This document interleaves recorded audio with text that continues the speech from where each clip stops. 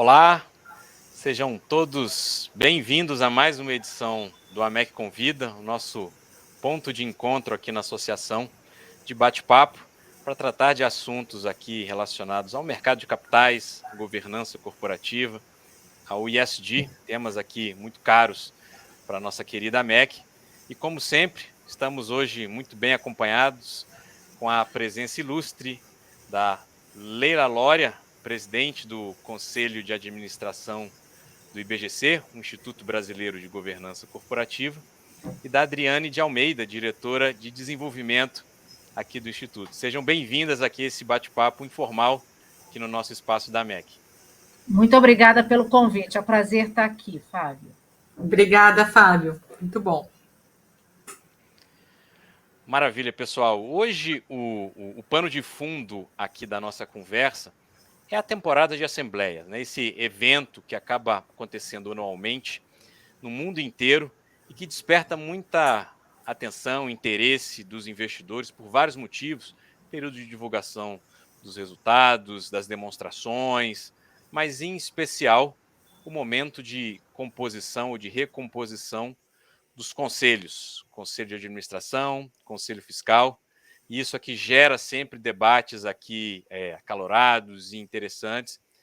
E esse período do ano que antecede aqui as temporadas, as assembleias, as AGOs, que geralmente acontecem ali em março e abril, em anos onde não temos pandemia e muitas novidades, né? A gente vai passar por esse período novamente, com muitas lições aprendidas do que a gente viu nos últimos anos, mas colocando, eu acho que aqui nossas convidadas na conversa, o assunto é a certificação de conselheiros, né? Porque esse assunto ele passa a ser importante e o papel que o IBGC acho que desenvolve aqui nesse bate-papo. Antes de eu endereçar talvez a primeira pergunta, se vocês quiserem fazer algum comentário, se apresentarem aqui para o nosso público, por favor, fiquem à vontade. Obrigada de novo pelo convite, Fábio. Eu sou presidente do Conselho de Administração, tenho o maior prazer de falar do nosso banco de certificados, que é um orgulho para o IBGC ter a qualidade do pessoal que a gente tem no nosso banco. Então, estou às ordens para responder as tuas perguntas. Bom, Fábio, obrigada, né? Eu sou responsável na gestão do IBGC por toda a atividade de educação e de certificação. Então, é uma honra poder contar aqui um pouco de como a gente prepara os profissionais que nós consideramos que estão prontos para conselho. Então, vai ser muito bom poder explicar para vocês todo esse trabalho cuidadoso que a gente tem no IBGC. Maravilha. Eu já vou, então, endereçar, acho que a primeira pergunta aqui para a Leila, abrindo aqui o nosso bate-papo, né? Feita essa contextualização aqui sobre temporada de assembleia. Primeira pergunta, eu coloco duas aqui, eu acho que já na sequência. Por que é tão importante certificar esses profissionais aqui no mercado, especialmente no mercado brasileiro? E uma segunda pergunta que eu separei aqui, né? Considerando as melhores práticas na composição de conselho de administração, e no processo de seleção de conselheiros, como é que vocês enxergam aqui esses aspectos aqui do que a gente tem de bom, o que é o ideal, o que eventualmente a gente poderia considerar aqui melhores práticas nessa composição? Leila, fica à vontade. Tá ok. Primeiro, acho que a gente pode até remeter ao nosso Código de Melhores Práticas de Governança, que fala que a composição do conselho é fundamental para o bom funcionamento de um conselho, que tenha competências complementares, que tenha perfis diferenciados, que tenha uma dinâmica boa no conselho, para que ele seja efetivamente produtivo. Isso tem gerado muita discussão dentro do IBGC e fora do IBGC, como tornar os conselhos mais relevantes, mais diligentes, mais antenados com o futuro. Então, realmente, a certificação para nós é um processo para tentar preparar os conselheiros, que são importantes agentes de governança nas companhias, para esse papel que é cada vez mais desafiador. Como a gente sabe, eu brinco sempre que a agenda do conselho normalmente não sai nada da agenda, só entram novos temas na agenda, né? Então, entraram temas extremamente desafiadores de ESG, de mudanças climáticas, de gestão de capital humano, risco cibernético, enfim. Então, a gente preparar e certificar os conselheiros, para nós é um serviço que a gente está prestando ao mercado, tentando garantir que aqueles conselheiros têm um conceito de governança muito aderente às melhores práticas de governança e que eles estão num processo contínuo de educação e de desenvolvimento. Eles têm que, para se manter certificado, ter um número de horas que a Adriane vai explicar ao longo de 3 anos para que essa certificação seja renovada. Então, não é um processo estanque, é um processo constante, e isso garante que os conselheiros se mantêm sempre atualizados com relação às melhores práticas de governança. Qual é o processo, a tua segunda questão, né? Qual é o processo mais eficaz disso? Na verdade, geralmente, o que a gente faz nas melhores práticas é definir perfis. Se fala muito hoje de matriz de competência, porque você tem que reunir várias competências que juntas formam uma matriz de competência que garante que aquele conselho estará preparado para enfrentar todas as questões que cada dia se tornam mais desafiadoras. Então, tem que definir o perfil, o estágio da companhia, os valores da companhia, a estratégia da companhia, para entender que tipo de profissional a companhia precisa naquele momento. Ela pode mudar, com certeza, ao longo do tempo, mas o primeiro processo, isso pode ser ajudado pelos próprios conselheiros atuais, é entender o que falta nesses conselhos. E, para isso, a gente usa não só o conhecimento de cada um, mas a gente tem cada vez mais usado a avaliação de conselhos, que é um processo que ainda não é feito na maioria das empresas, mas nas empresas onde isso acontece, tem sido uma fonte de informação para definir que competências são necessárias e, eventualmente, estão faltando naquele conselho. Então, através da matriz de competência, da avaliação do conselho, e sempre preocupado com os aspectos comportamentais, que cada vez fazem muita diferença, uma diferença ainda maior na dinâmica dos conselhos, são construídos esses processos e pode ser chamado empresas externas de headhunting, que eu acho que ajudam muito as executive search, elas ajudam muito, porque elas tornam o processo muito mais profissional, muito mais objetivo, e elas, em cima dessas características, desses perfis que foram desenhados pela companhia, eles vão buscar profissionais que se adequem melhor àquele momento e aos desafios futuros daquela companhia. Excelente, Leila. A nossa experiência aqui dentro da MEC, ela às vezes é dicotômica, porque a gente tem, acho que até próprios investidores que são muito avançados e que já estão acostumados a entrar nessa dinâmica de assembleias ao redor do mundo, uma pegada até global, valorizam de sobremaneira, que você mencionou aqui dessa leitura de competências, de você ter essa interação, engagement, né, com a companhia com bastante antecedência, a companhia tem esse também costume de ouvir investidores quando já estão no estágio mais maduro, mas ainda não é, acho que uma realidade nacional, motivo pelo qual as nossas instituições trabalham para o desenvolvimento do próprio mercado, né? Tem muito espaço aqui de aperfeiçoamento, né? E falando aqui da certificação enfim, e de como funciona isso, eu queria colocar, acho que a Adriane aqui na nossa conversa, te fazendo uma pergunta aqui, Adriane, relacionada a como os investidores eventualmente podem se beneficiar aqui desse processo aqui de seleção de conselheiros, ou eventualmente do banco de certificados que vocês, obviamente, têm por isso. Se você puder comentar um pouco para a gente como funciona e como é que a gente ajuda os investidores numa eventual aqui indicação e composição de conselho? Com certeza, Fábio. Então, o nosso banco de profissionais certificados, né, ele é bastante completo. A gente tem mais de 1.000 profissionais nesse banco. E não só pessoas prontas para atuar em conselho de administração, mas também prontas para atuar em conselho fiscal e comitê de auditoria. Então, a gente tem esses 3 órgãos de governança representados.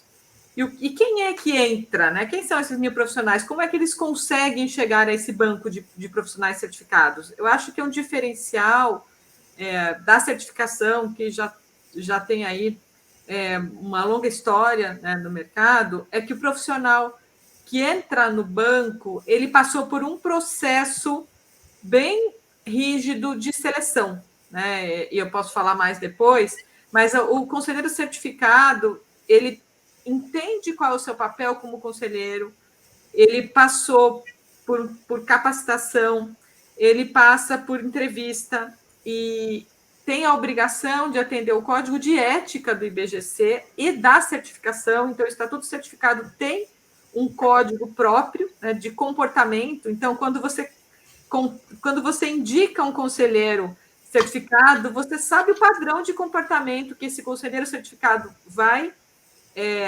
ter, né, que ele vai ser alinhado às boas práticas, principalmente o capítulo 2 do Código das Melhores Práticas, que é o capítulo que fala de conselho. Então, o conselheiro certificado, ele conhece bem esse capítulo, ele sabe como atuar em padrões de conduta. Esse banco de certificados, ele é composto, né, por pessoas de diversas regiões do país, na verdade, de todas as regiões do país, claro que mais concentrada no Sul e Sudeste, mas a gente tem gente do Brasil inteiro, e são executivos, são pessoas que foram executivas de alto escalão. Então, no banco, você encontra CEO, né, de várias empresas, vários representantes de indústria. A gente hoje tem 18% de mulheres, né, nessa base. Nós queremos aumentar, né? Felizmente, recentemente, o número de mulheres certificadas está aumentando. Ainda teremos muito mais do que 18%, mas já é possível encontrar mulheres que têm, então, uma carreira executiva de sucesso, né, e que hoje estão ou concomitantemente à sua carreira, ou então já fizeram a transição para serem conselheiras. E aí, o que a gente tem em termos de conhecimento, né? O que você pode encontrar? Pessoas que conhecem compliance, riscos, controles, finanças, contabilidade, estratégia, como a gente tem muito CEO, né, ou ex-CEO na base, muita gente que conhece estratégia, gestão geral, e cada vez mais a gente está recebendo pessoas que conhecem a área tech, né? Elas têm vindo muito aos nossos cursos e têm entrado, têm se certificado. Então, hoje você encontra profissionais com experiência relevante em tecnologia e também, né, caso os fundos tenham interesse em trazer pessoas que já conhecem companhias abertas e que passaram por processo de IPO. Então, nessa ferramenta, é bem possível, né, encontrar toda essa diversidade de profissionais. Excelente, Adriane. Eu vou te provocar já numa próxima rodada de conversa para saber como é que a gente consegue eventualmente acessar essas ferramentas aqui, porque é muito interessante, e aí até comentando um pouco sobre a dinâmica das pré-temporadas de assembleia, como a gente chama aqui na MEC, né, todo ano, esse ano de 2022 vai ser um pouco diferente, mas a gente costumava aqui chamar os investidores, uma conversa prévia sobre empresas sobre as quais eles teriam interesse de buscar um engajamento, indicar profissionais. E a gente tem uma postura aqui muito de isenção. A gente não faz indicação de representantes para conselho, a MEC não tem banco de dados, exatamente privilegiando os que já existem no mercado. Então a gente tem aqui uma postura, aqui eu acho que de um certo conflito de interesse, a gente está organizando aqui as discussões, a gente prefere não seguir esse caminho, né? E o interesse dos investidores, interessante, mas ele surge geralmente quando a gente está já às vésperas aqui do período para fazer uma indicação, ou estão numa reunião, aí o pessoal levanta assim, puxa, mas quem será que a gente poderia indicar? Quem tem esse perfil? Eu acho que o acesso a essa ferramenta, eu acho que traz mais um caminho para facilitar esse processo aqui. Você falou, poxa, mulheres muito bem capacitadas, que é um tema super caro por aqui, eu sei que para vocês também é, né? O fato de você disponibilizar ali uma lista já com as competências dessas profissionais certamente vai reduzir esse gap que a gente tem hoje, da falta de diversidade, especialmente de gênero aqui no mercado de capitais.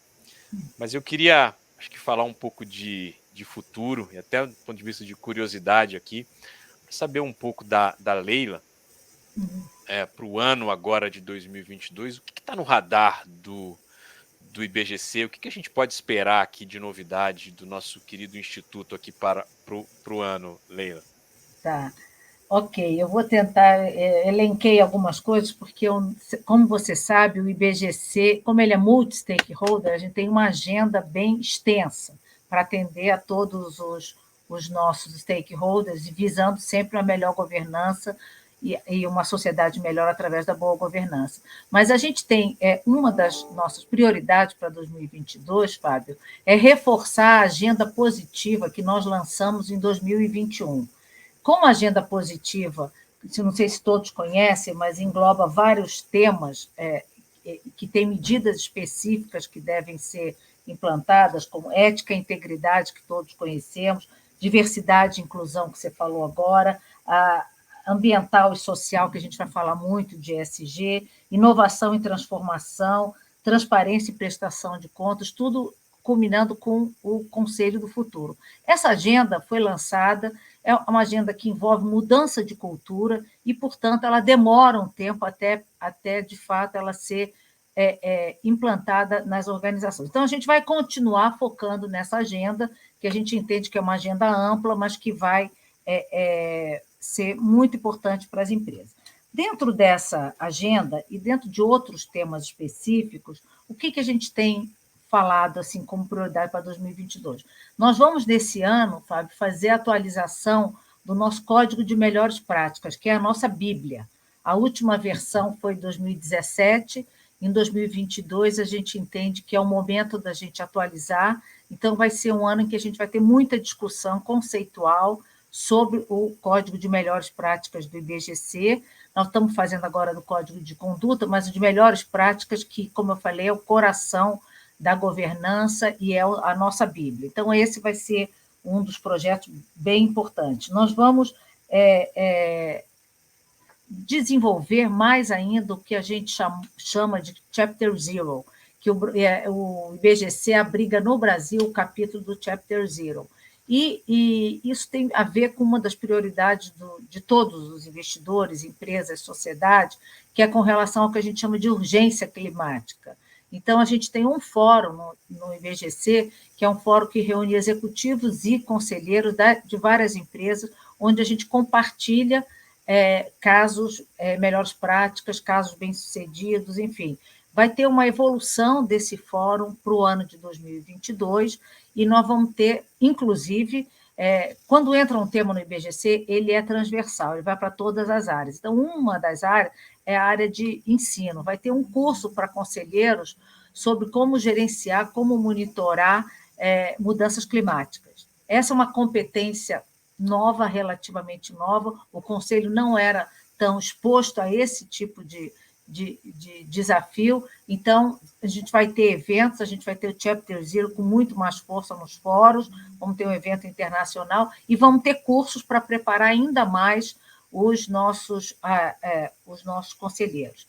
E, quando a gente falou do banco de certificados, é importante que esse banco de certificados é aquele que está sempre fazendo cursos e participando de eventos no IBGC. Então, a gente vai ter muita coisa ligada a ESG ao longo de 2022. A gente já teve em 2021, mas a gente vai não só na linha do ambiental, mas também do social, da gestão do capital humano, o que muda com esse conceito do ESG e com o reforço da governança. Como a gente ter na governança da companhia uma credibilidade do ponto de vista de prática de ESG. A gente fala que um dos papéis do Conselho é efetivamente garantir que exista transparência nas ações de ESG da companhia. Acho que essa é uma demanda crescente e nós estamos trabalhando muito com isso para que haja transparência e menos greenwashing. Nesse campo de ESG também, a gente tem uma outra ação que eu acho que é importante colocar, que vai ser um ano em que vai se discutir muito os indicadores, né? Tem vários indicadores sendo criados e nossa contribuição tem sido no sentido de não burocratizar demais o processo, mas eleger aqueles indicadores que são mais relevantes e que vão indicar para os investidores, para a sociedade, para o mercado, aquelas companhias que efetivamente estão praticando os princípios do ESG. Então, essa vai ser uma discussão muito grande ao longo de 2022, e aí nós temos sempre um desafio grande da gestão de empresas familiares, Fábio, porque ano passado a gente teve uma onda de IPO, depois o mercado fechou, mas a gente sabe que existem muitas empresas familiares que querem abrir capital em algum momento, então preparar essas empresas familiares para abertura de capital é outra prioridade nossa. A gente já fez alguns cursos, eventos nesse sentido, e vamos voltar a fazer. É uma contribuição que a gente acha que o IBGC pode prestar ao mercado, entregar ao mercado de capitais empresas mais preparadas do ponto de vista de governança.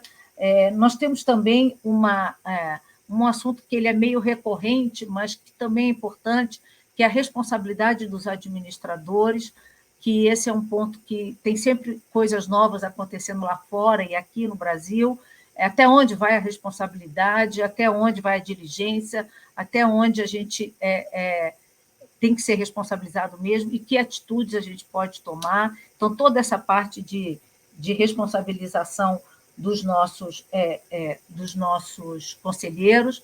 Tem uma parte que a gente vai focar muito, que é a infraestrutura de tecnologia no Instituto, para justamente a gente se relacionar melhor com todos os stakeholders, pessoas físicas, jurídicas, parceiro, enfim, a gente fala da digitalização do Instituto, a gente teve esses 2 últimos anos que ir para o digital nos nossos cursos, nos nossos eventos, mas a gente precisa digitalizar todo o processo para facilitar o relacionamento do Instituto. Então, esse também é uma outra prioridade, além daquelas naturais que a gente atua muito junto com a MEC, que são mudanças pontuais de legislação, de regulação, principalmente nas companhias abertas e nas estatais, que são as mais visadas, né? Então, a gente vai continuar atento, tem vários projetos de lei que estão acontecendo aí e que nós vamos acompanhar e certamente estaremos atuando junto com vocês ao longo do ano. Essas são algumas poucas prioridades da lista de prioridades que a gente tem.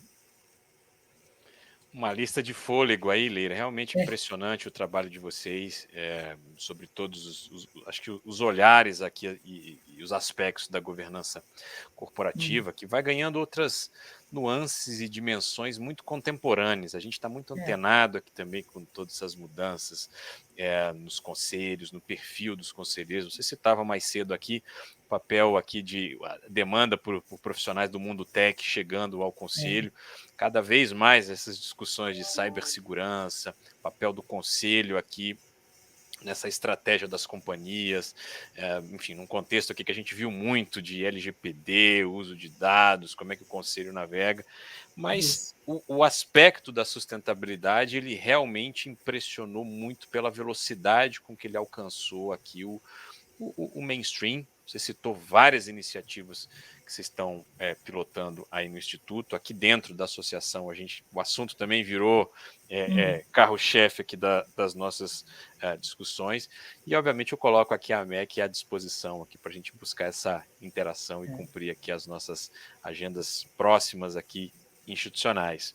Mas eu acho que, nesse momento, acho que eu vou voltar aqui com a Adriane, um assunto que eu provoquei aqui na rodada passada, relacionado ao acesso a essa base de dados, esse banco de certificados.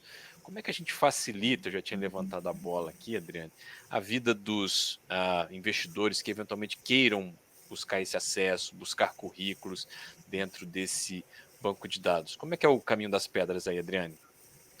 Legal, Fábio. Então, o banco de certificados é gratuito, né? É tanto gratuito para os certificados quanto para quem quer contratar, seja investidores, sejam as empresas diretamente, né? Então, tem 2 caminhos.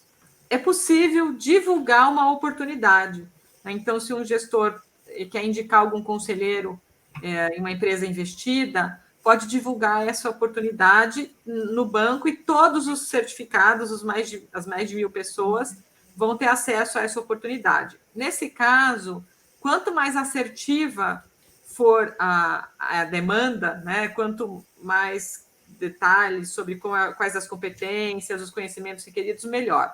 Nesse caso, então, quem está divulgando a oportunidade vai receber diretamente os currículos de certificados e certificadas.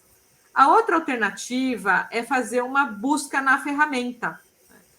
A ferramenta ela tem alguns campos muito interessantes: gênero, região, informações acadêmicas, experiência profissional. Então, tanto em setores, as pessoas diferenciam os setores que elas conhecem, e diferenciam os cargos que tiveram, o tipo societário de empresa que trabalhou e se teve experiência internacional, por exemplo, experiência com turnaround, como eu já falei, experiência como IPO. Então, tem uma série de categorias de experiências que os certificados preenchem. Então, o investidor, quando ele está buscando uma vaga de conselho, né, um conselheiro para preencher uma vaga que ele vai indicar, normalmente ele já pensou o que competência ele quer que seja preenchida naquele conselho, né? E nessa ferramenta ele pode escolher as competências que ele quer e os conhecimentos, as experiências.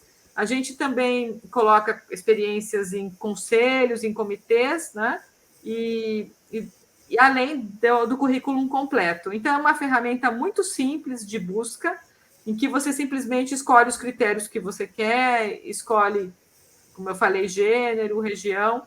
E, nesse caso, né, é só entrar em contato com a equipe de certificação no nosso site. A gente tem a área de certificação e logo o banco de certificados, e aí a gente tem o preenchimento de um cadastro e a gente dá acesso para procurar essas vagas.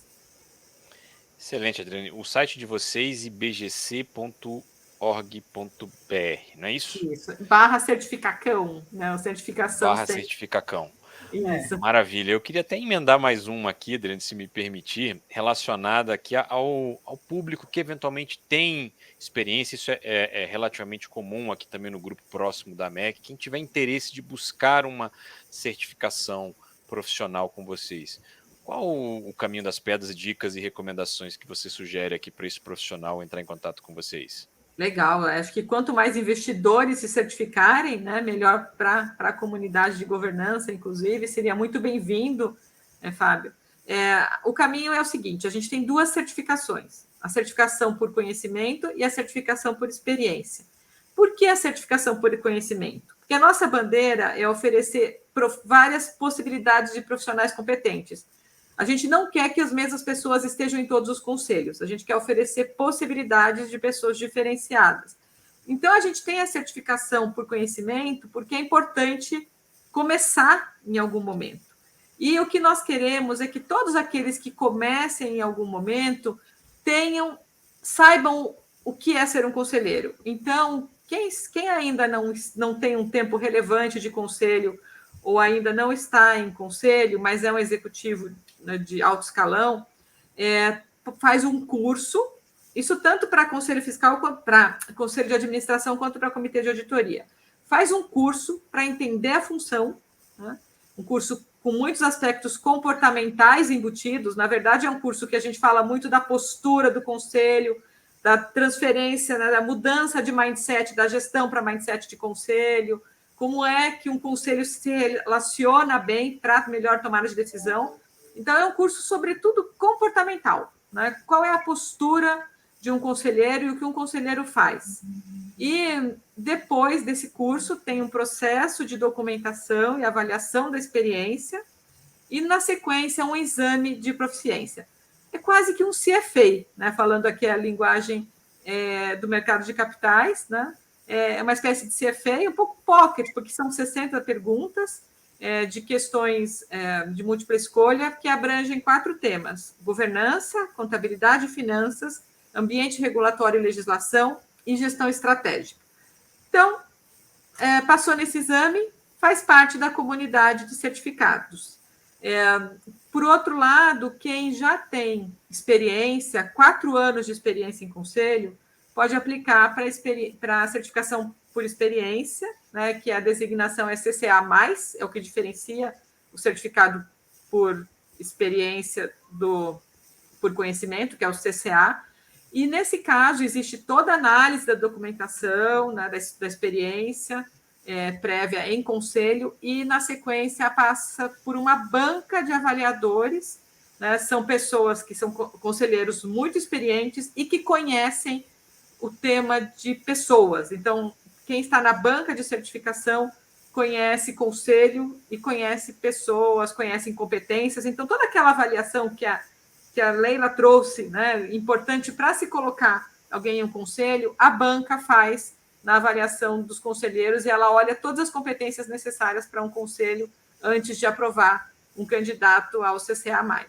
Então, não é difícil, né, requer disciplina, mas acho que o conselheiro que passou por esse crivo, né, ele gera muito mais confiança no mercado, porque está alinhado às boas práticas e passou por um processo bastante diligente para conseguir a certificação. Excelentes informações aqui para o nosso público, certamente eles vão adorar. Super obrigado, Adriane. E eu vou agradecer aqui também a presença da Leila, o nosso bate-papo rápido aqui, que é um pouco do formato do AMEC Convida. Mas super obrigado aqui pela presença de vocês. Vocês são próximas aqui da AMEC, portas abertas para vocês sempre aqui com a gente. Obrigado, pessoal. Se vocês quiserem, obviamente, ficar à vontade para fazer algumas considerações finais aqui, a gente agradece também. De novo, obrigada por nos convidar, Fábio. A gente tem muito orgulho do trabalho que o IBGC tem feito para formar melhores conselheiros para o mercado. Nesse ano de 2021, com toda a pandemia, com cursos online, a gente teve 28 turmas de conselheiros, né, Adriane? Com uma média de 40 ou 50 pessoas por turma, e os nossos certificados todos passaram por eventos, por cursos. Então, é uma escola. Realmente, eu acho que o banco de certificados do IBGC tem conselheiros não só que são bons conselheiros, mas que se interessam por estar estudando, aprendendo, desenvolvendo esses temas novos que você falou. Transformação digital, alguns são mentores de startups, todo o assunto ambiental que a gente falou, do Chapter Zero. Então, são pessoas comprometidas com a governança e com a evolução da governança, que eu acho que é o mais importante. Então, obrigada, é muito orgulho do IBGC estar falando do banco aqui. Queria agradecer de novo, né? A MEC sempre grande parceira, então essa oportunidade de poder falar do Banco de Profissionais é muito valiosa para nós. Muito obrigada. Obrigado pela presença de vocês, obrigado para o pessoal que nos assiste aqui também da comunidade AMEC. Um grande abraço e até o próximo encontro. Obrigado, pessoal. Tchau, tchau. Obrigada.